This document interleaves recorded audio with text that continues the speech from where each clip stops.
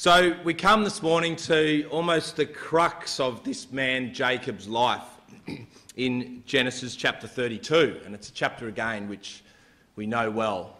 And we want to look at this man Jacob this morning and see what this episode brings to the development of his character. And that's what we've been looking at, haven't we, over the process of the weekend, that Jacob's life provides a roadmap almost of the growth of a disciple. And hopefully you've been able to see yourselves in the life of this man Jacob. I know I certainly have over the process of looking at his life. Now, we saw last night that he left Syria behind and he made a conscious decision that he didn't want that life, but that he wanted the life which God had for him and that he saw his father and his grandfather had. That's the life that he wanted. And that meant travelling back to Bethel, back to the promised land that his father Abraham had been called to. And God gives him a promise as he sets out. Look in chapter 31 and verse 3. God makes an assurance to him again. As he had done when he'd left to go to Syria, God reiterates this promise to him that he would never leave him, that he was always watching over him. In verse 3, and Yahweh said unto Jacob, return unto the land of your fathers. It's time to go home, Jacob, to the land of your fathers and your kindred. And he says, I will be with you. I've never left you, Jacob. And the road that now leads to your fathers, I will be with you there as well. I've got that ladder set up right next to your bed. And I'm with you every step of the way. Now, Jacob had started to see God working in his life. If you just look at chapter 31 and verse 7, you will see that he said to his wives, he says, and your father has deceived me and changed my wages 10 times, but God has suffered him not to help me, suffered him not to hurt me. So he could see that God had worked in his life. Now, Jacob had sort of taken control. You remember the story of he set up those poles and he'd worked out a way and had schemed a way of getting the flock for himself. But God then appeared to him in a dream and said, Jacob, I know that you think that you've done all this yourself, but I didn't. I was there the whole time watching over your life. I was caring for you and looking after you. And Jacob could now see that. He could start to see God working in his life. And if you look over at verse 42 of chapter 31, he said to Laban, as he finally escaped and left that man, verse 42, it says, except the God of my father, the God of Abraham and the fear of Isaac had been with me, surely thou would have sent me away now empty. But God hath seen my affliction and the labour of my hands, and he rebuked you yesternight. I've seen that my God has been watching over me. And Jacob started to see the hand of God in his life. But that was hard for Jacob, because he was a man, as we've seen from the beginning, that liked to be in control. He liked to be self-reliant, to have things under control himself. And God had to teach this man through the course of his life to depend only on God. Only on God. In his life and in the circumstances of his life, and ultimately for his salvation. And the climax of that lesson will come in this chapter in 32 as he returns to his family. Now, naturally, brothers and sisters, I know for myself, I like to be in control. I like to have my life in control and know where things are. I like to rely upon myself, to have everything right. And the world teaches us to be like this, doesn't it? It says you need to be self-reliant. You need to secure your own future. Make sure your own financial situation is right. Secure your nest egg. Make sure it's all right. Be completely self-reliant. Be the master of your own destiny. to fix all your own problems when they come out. But we can't fix all our own problems, can we, brothers and sisters? We can't. And the biggest problem that we can't fix is the sin in our lives. And that leads to death. And all of us are helpless to fix that problem on our own. We've got no control over it. Only God can do that. And coming to an understanding of this and trusting in God for our daily lives and ultimately as the only source of our salvation is an essential step which we must come in our spiritual development. And that's where God will lead Jacob today, on his way home. And verse 32 says that he started to make his way home, finally, free from Laban. Jacob went on his way. He escapes that brutal man Laban, who had worked him to the bone. But as he waves that man goodbye, he thinks about the other man that he's got to go and meet. And leaving Syria meant that he had to go and confront Esau. Big, hairy and scary. And last time he saw him, he wanted him dead. And he has to go and face that man. And God, in verse 1, assures Jacob that he is right next to him. Verse 1 says, and the angels of God met him. So God met him on the way, and the angels of God assured this man, don't worry, Jacob, I'm right there with you. I've got the angels of God right there with you. And verse 2, Jacob replies to that gesture that God gives him, and he says, and when Jacob saw them, he said, this is God's host. And he called the name of that place Mahanaim. And Mahanaim means two camps. And this gives us a little bit of an insight into the way Jacob thought about his situation. He saw God's camp and he saw his camp. And they sort of both worked hand in hand to get the job done. I do my little bit, and then sort of God comes in behind and he does his little bit, and we work together to get the job done. That's the way Jacob viewed things. And we can see that in this chapter. He goes out of his way to do everything he possibly can to secure this situation for himself.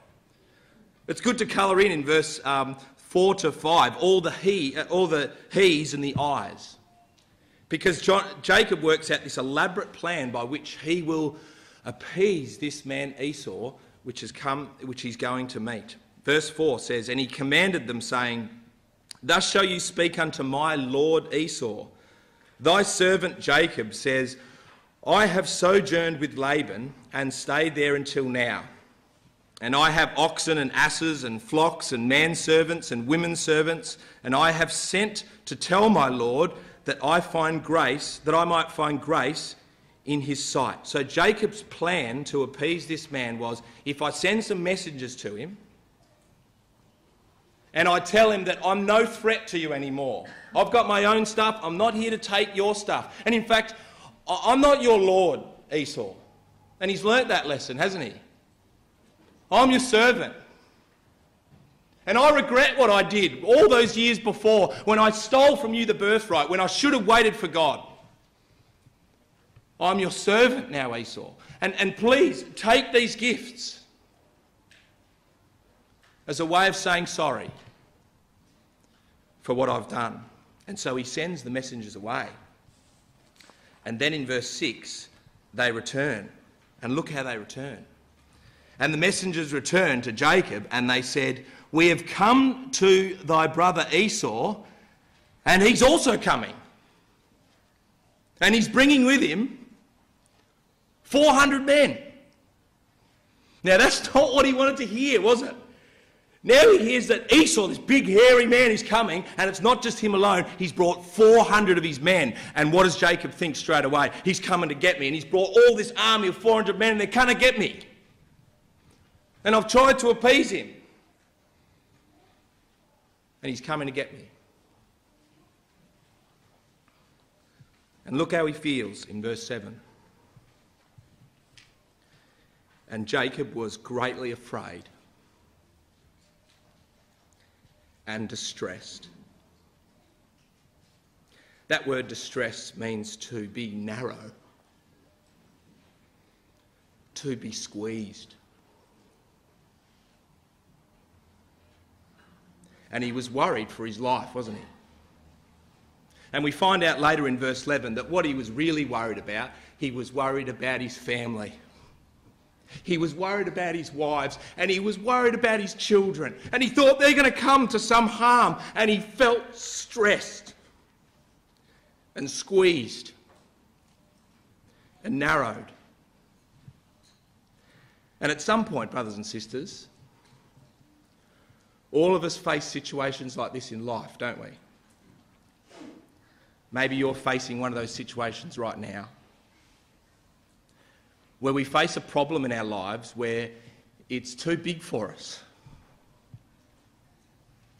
And we don't have the solution. I don't have the answer. Maybe, brothers and sisters, it's sickness. Or maybe it's family stress. Or financial stress. Or maybe it's just a personal struggle with sin in your own life, which just seems so big and too overwhelming for you. That's how Jacob feels. He feels constricted. And so what does he do? Well, he does what most of us do in this situation. He runs these things through his mind in 1,000,000 miles per hour. And he thinks about what he can possibly do to solve this solution. The end of verse 7. And he then thought, well, what I'll do is I'll divide the people that are with me and the flocks and the herds and the camels into 2 bands. I'll split us up so that if he comes and grabs one group, at least the other group will be safe. And then he said in verse 8, and he said, and in most translations that is, he thought in his mind, if Esau comes to one company and smites it, then the other company will be left to escape. So he ran all these things around in his mind, worrying and worrying and worrying. And how often do we do that? At night in our beds, when we go to bed at night. And we lie on the pillow. And even though God said to us, I will never leave you, and I'm watching over your life in every avenue of it, we lie on our pillow and our minds just race about all the worries that we've got in life and how we're going to fix this and what do I need to do that and how am I going to do this and what am I going to do to get there. And that's what Jacob does on his pillow that night. And then he goes to his God in prayer. And I love this prayer. It's a beautiful prayer because it's an honest prayer. And sometimes we come to God with these kind of prayers, don't we, where we're really honest with God about how we really feel. But it's interesting, isn't it, where this prayer comes in the process of Jacob's problem. He goes to God in verse 9, after he's already tried to fix the problem himself, and after he's worried about it for days and days and weeks, and only after then does he go to his God in prayer. And how often do we do that? How often have I done that? And God is almost sometimes in our life like a backup plan. That once I've devised all my own schemes and my own plans about how to fix it, then as a backup I'll go to my God and say, God, can you help me to make this happen? And that's what Jacob does here. He goes to his God in prayer and he's very honest with his God. Look what he says in verse 9. And Jacob said, O God of my father Abraham, and the God of my father Isaac, The Lord which said unto me, return to thy country and to thy kindred, and I will deal well with thee. So he comes to God and he says, look, God, you are my God, the God of my fathers. And you said to me, you came to me when I was with Laban, and you told me to return. I'm only doing what you said to me to do. I'm not doing any different to that. You came to me and said, you go home, and I'm making my way home. And you promised to me, God, as he says at the end of verse 9, that you would deal well with me. And in the ESV, that is translated, you told me that you would do me good. But now I've got all this trouble. You said to me, God, if I did what you said, that you would bring good for me. But all I've got is trouble. Why aren't you fulfilling your promise to me? But you see, brothers and sisters, that's not exactly what God said. God didn't say, I will do good with you. God said, if you return, I will be with you. And there's a big difference between that. God never promised Jacob that his life would be free from trouble and that life would always be good and life would always be smooth and life would always be straight. But he did promise him that he would always be with him whatever happened and that he would bring him to the ultimate destination. And maybe, brothers and sisters, you've prayed like that before too. Because I know I have in prayer to my Father. We can ask God, God, why is this trouble come into my life? I'm only trying to do the right thing. I'm trying to come to the meeting. And I'm trying to read your word. And I'm trying to put it into practice in my life. But I've got all this trouble. I've got all these problems that have come into my life. And we can look at other people, can't we, sometimes? And we can think, well, their life looks great. And it looks like free from trouble. And they're living the perfect life of the Christadelphian. They've got everything in place and everything secure. Why have I got so much trouble in my life? It must mean that things are not going well. But that's not the truth, is it, brothers and sisters? Because God does not promise us that life in the truth will come without trouble. In fact, he promises us the opposite. He says that trouble and problems will be a witness that he is actually working in our life. And we've got to remember that. When we go through trouble, and in relationships or family or with our children, it does not mean that God is not with us. In fact, it means that he is. And that he's trying to teach us something through the process of what is happening. Psalm 34 verse 19 says this, many are the afflictions of the righteous, but the Lord delivers us from them all.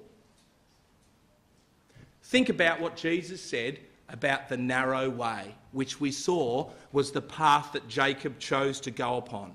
That word narrow means to press hard. It means to squeeze. It means to be afflicted. The straight path, which Jesus also talks about, means a path that there are many obstacles upon. And that's the pathway, brothers and sisters, that we're all on. But God says, I'm going to use the circumstances of that path and the squeezing of those circumstances in your life to teach you, to refine your character, to make you to be more like me, to make you rely upon me. And that's what he's doing with Jacob here as he's squeezed and stressed about this situation. He's learning to trust in God only and not himself. And that's what God does in all of our lives. And you think about Esau. And we don't even read about Esau anymore, do we?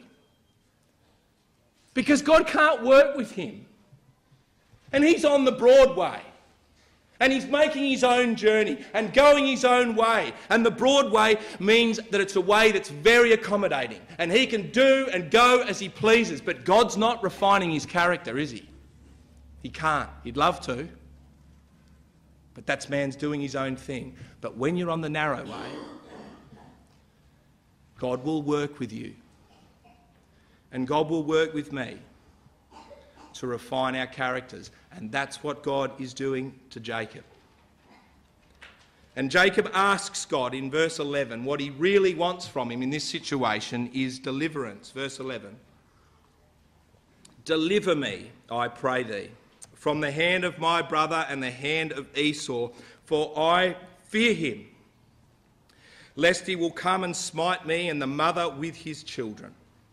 That's what he wanted God to do. And then when he finishes that prayer, from verse 13 right down to verse 19, he wakes up from that prayer and he goes back to plan 2 of how he's going to devise to get over this situation. And he thinks about another elaborate plan.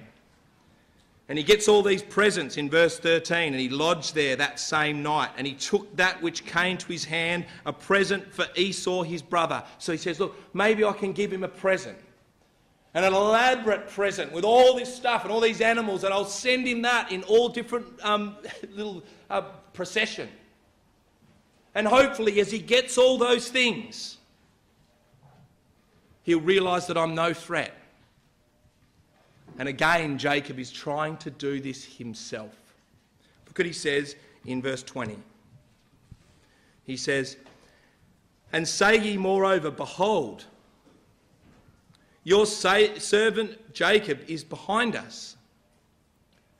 For he said, I will appease him with this present that goes before me, and afterward I will see his face. Peradventure he will accept me. So he says, I'm hoping that what this present does is going to appease this man Esau. And that word appease means atone.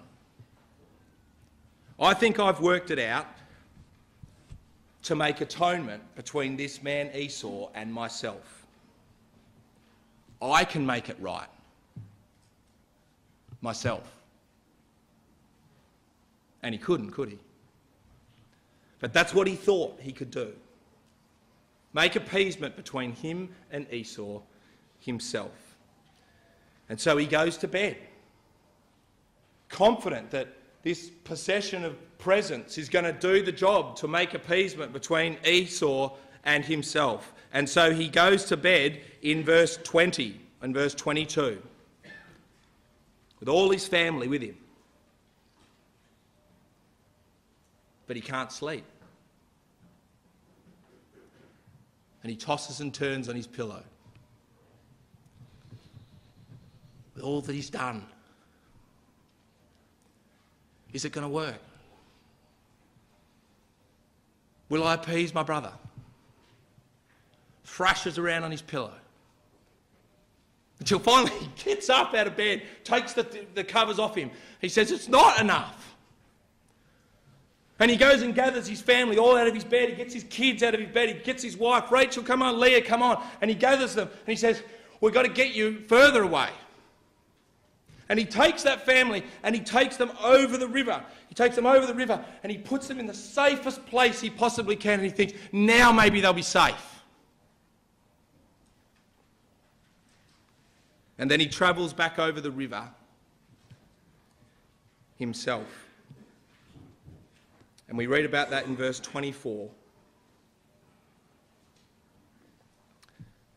And Jacob, with all his family back over that river, was left alone. And there he stood, alone, with all this worry about what was going to happen tomorrow. And he felt alone. And maybe you've felt like that, brothers and sisters, in the deepest, darkest problems of your life.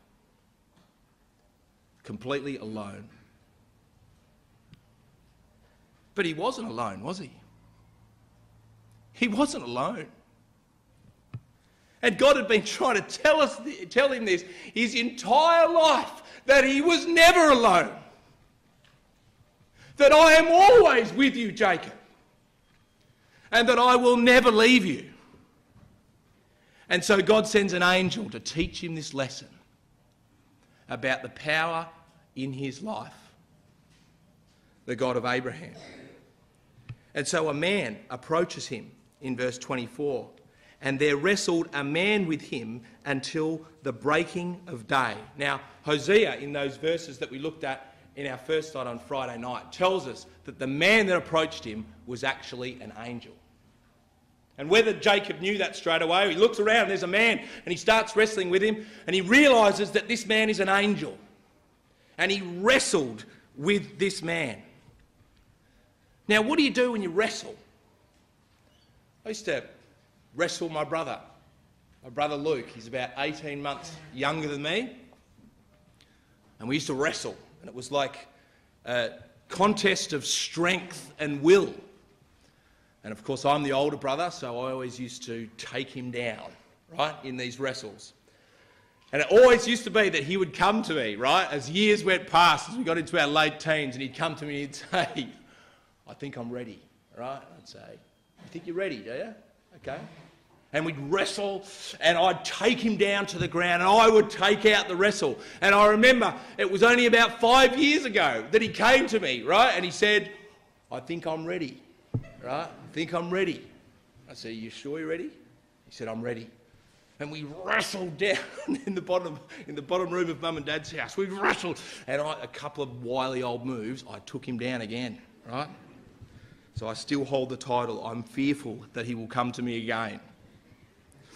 But wrestling is about a battle of will and strength, isn't it? And Jacob is going to be in a wrestle against God.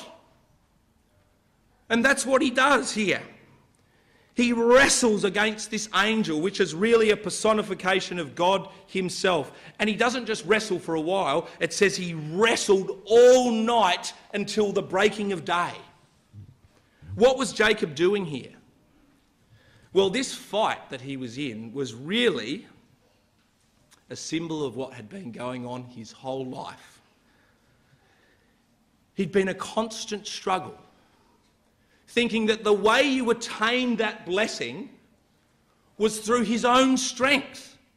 And so that's what he'd done with the birthright, hadn't he? He'd attained the birthright through his own strength and his own power. And when it came to the blessing, well, he did the same with the blessing. And with Laban, with his own schemes, he thought that he was constructing, and by his own strength, he would gain the blessing. And now here with the angel, what he's wanting is deliverance from Esau. And Jacob still thinks that the way you get the blessing from God is in your own strength. But we don't have any strength, brothers and sisters, to fight against the enemy, the ultimate enemy. And Jacob had to learn not to trust in himself, but to trust in God. And so in verse 25 it says, and when he saw that he prevailed not against him. So the angel has been wrestling with him all night, and when he could see that he can't break the self-will of this man, because the angel's been toying with him, really, hasn't he? The angel could destroy him in a wrestle, but he's been wrestling with Jacob, hoping that he would come to a realisation. But when he doesn't prevail against him, what does he do? He touched him on the hollow of his thigh. And the hollow of Jacob's thigh was out of joint as he wrestled with him.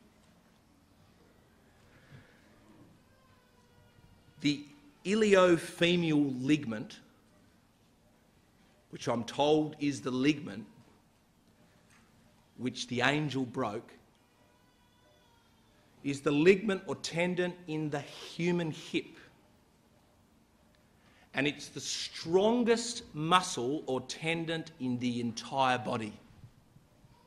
It has a tensile strength of 350 kilos. So that means if we got a little bit of this ligament and we tied it to the roof and we tied a piano to that ligament, it would not break. And it represents the self-will of man and all the power and strength that man has in himself. And God came along and with the touch of a feather, he just went, ding. And he completely destroyed it. And Jacob collapsed. Pain instantly hit the side of that hip. Immediately, this man is completely helpless. He can't fight anymore. He's got nothing to give. And in that moment, he realised two things. He realised how weak he really was. How weak the condition he was really in. But the other thing he realised was how powerful God was. How big is God? He's huge. And all he had to do was go, ding. And all my power was gone. And Jacob's response, when he understood, it was like a light bulb moment for him. When he understood that, what was his response? It said, he clung to that angel. He clung onto that angel with all his might. Hosea says he wept as he clung to that angel and he sought the favour of his God. And Jacob came to realise in that moment his utter dependence on God for everything. And as he clung to that angel, it was like Jacob was saying, I can't do it without you. I know now. Unless you're with me, I'm finished. I can't do it by myself. I can't win this fight. There's things in my life which are too big for me. And all of us come to that conclusion, don't we? At some point in our life. That life and its struggles and its pain are too big for us alone. And so we cling to our God. And this is what God was looking for. This is the secret to his strength. It's not about us trying to achieve it ourselves. It's about us realising that God has given it to us. And that all we need to do is cling to him in thankfulness for his grace. That's what it's all about. And when Jacob realised that, the angel said to him in verse 28, Jacob, you've prevailed. You've done it. You understand now. You can put all that past life behind you. Your perspective has changed.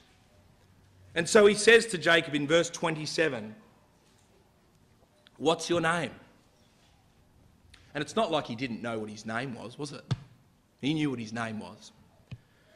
But he wanted to remind him about his former self, where he'd come from, and now where he was. And he said, my name is Jacob. The supplanter, the self-reliant, the one that takes things into his own hand and thinks that he can solve his own problems, and anything that comes up in life, he can do it himself. That's what I was. And God says to him, now your name is going to be Israel.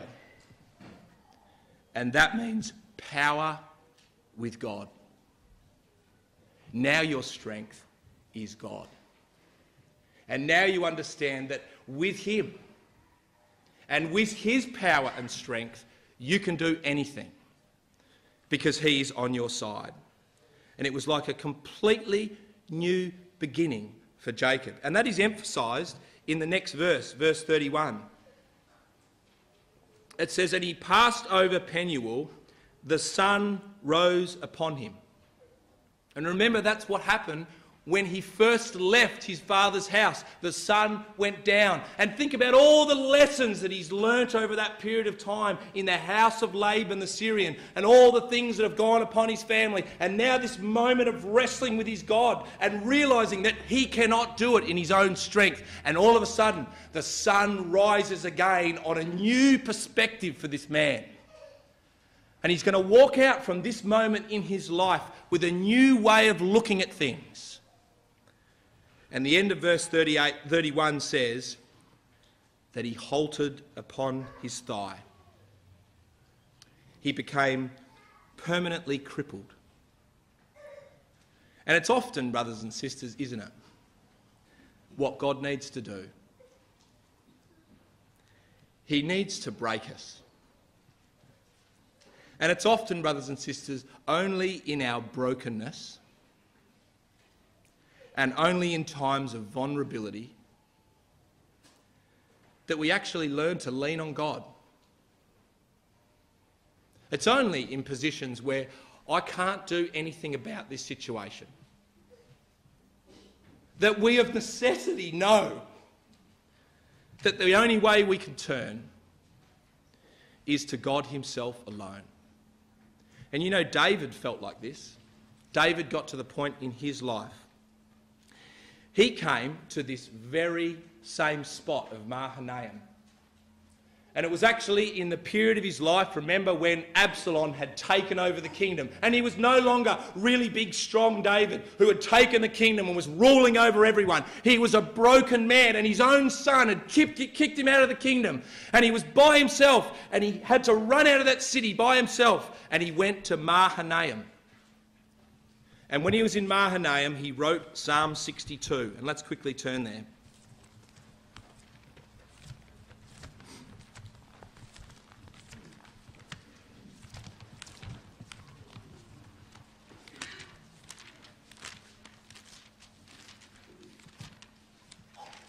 This is the conclusion that David came to at this point in his life. He's in Mahanaim, the very spot where Jacob was. And in verse 5 to 8, he wrote these words. My soul, wait thou only on God, for my expectation is from him. He only is my rock and my salvation. He is my defence and shall not be moved.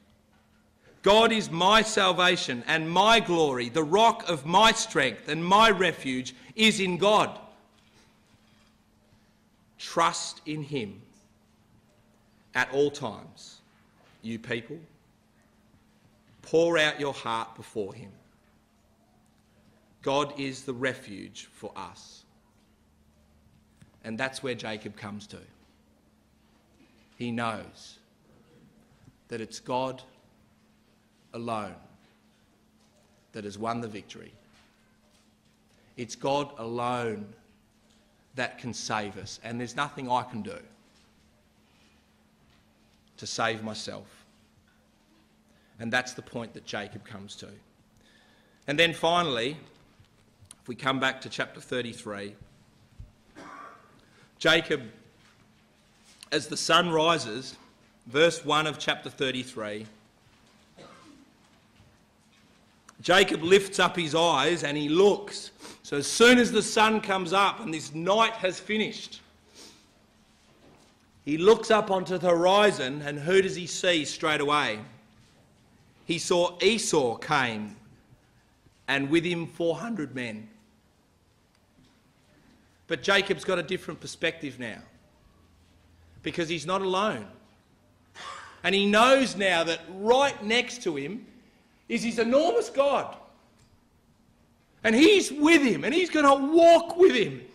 As he approaches that man, the greatest fear of his life, he's going to have God right there next to him as he walks before him, and he feels so much more confident. And he arranges his family, and there's nothing wrong, brothers and sisters, with planning as he does, but now he plans in the way that he knows that it's God that's with him. And this enormous God is right next to him as he makes his way towards Esau. And look at him walking towards Esau in verse 3. Look what he does. He goes out in front of everyone. It says, and he passed over before them. Out in front, Jacob walks, not alone, but with God. And he bowed himself to the ground. And he did it 7 times until he came right near to his brother. So he went closer and he bowed himself down. And then he went a little bit closer and he bowed himself down. And he went closer and closer until he'd done that 7 times. And the last time, he bowed himself to the ground. And he looked up to see his brother.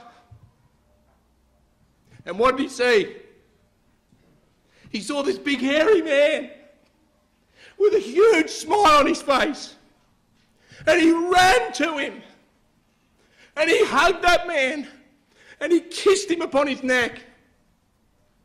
And he kissed him upon his face. And he said, my brother Jacob.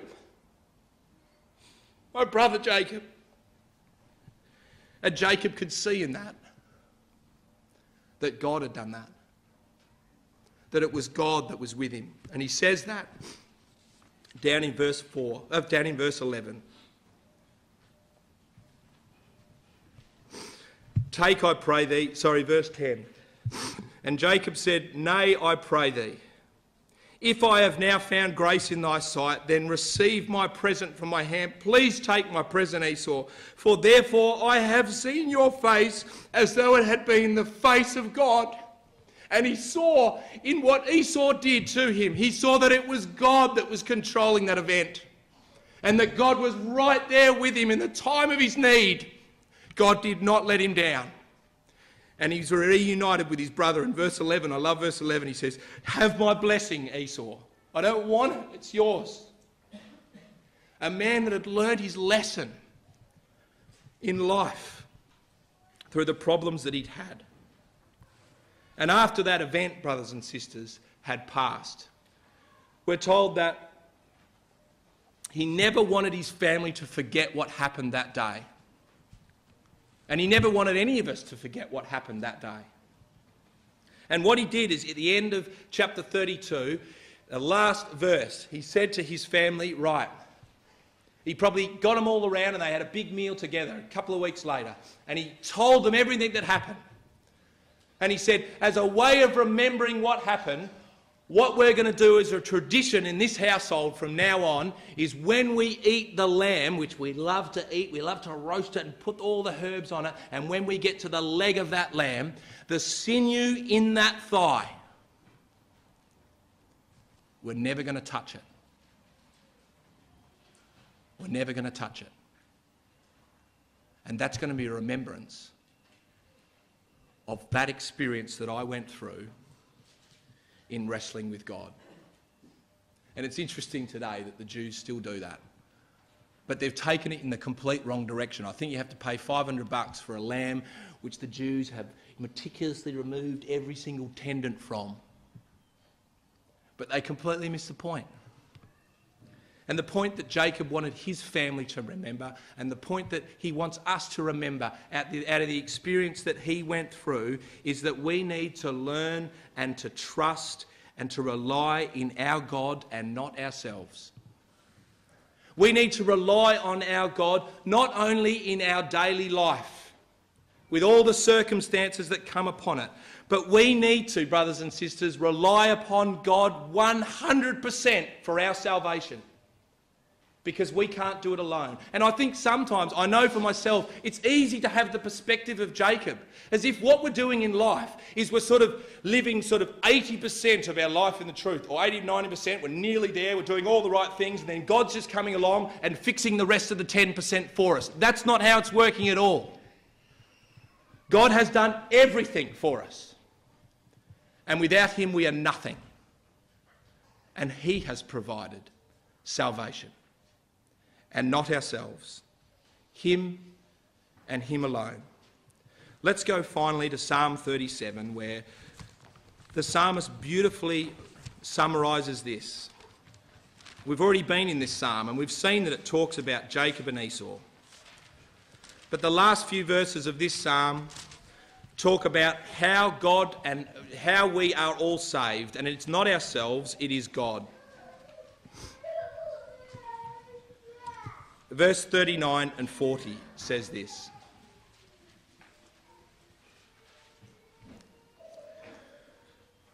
Actually, we'll read from verse 37 because this picks up our Jacob. Mark the perfect man and behold the upright. That's Jacob, isn't it? For the end of that man is peace. God's got a plan with that type of man. But the transgressors shall destroy, he shall be destroyed altogether, and the end of the wicked shall be cut off. And unfortunately, that was Esau. But here's the key, brothers and sisters, to the salvation of the righteous. But the salvation of the righteous is of Yahweh. He is their strength in the time of trouble. And Yahweh shall help them and deliver them. He shall deliver them from the wicked and save them because they trust in him.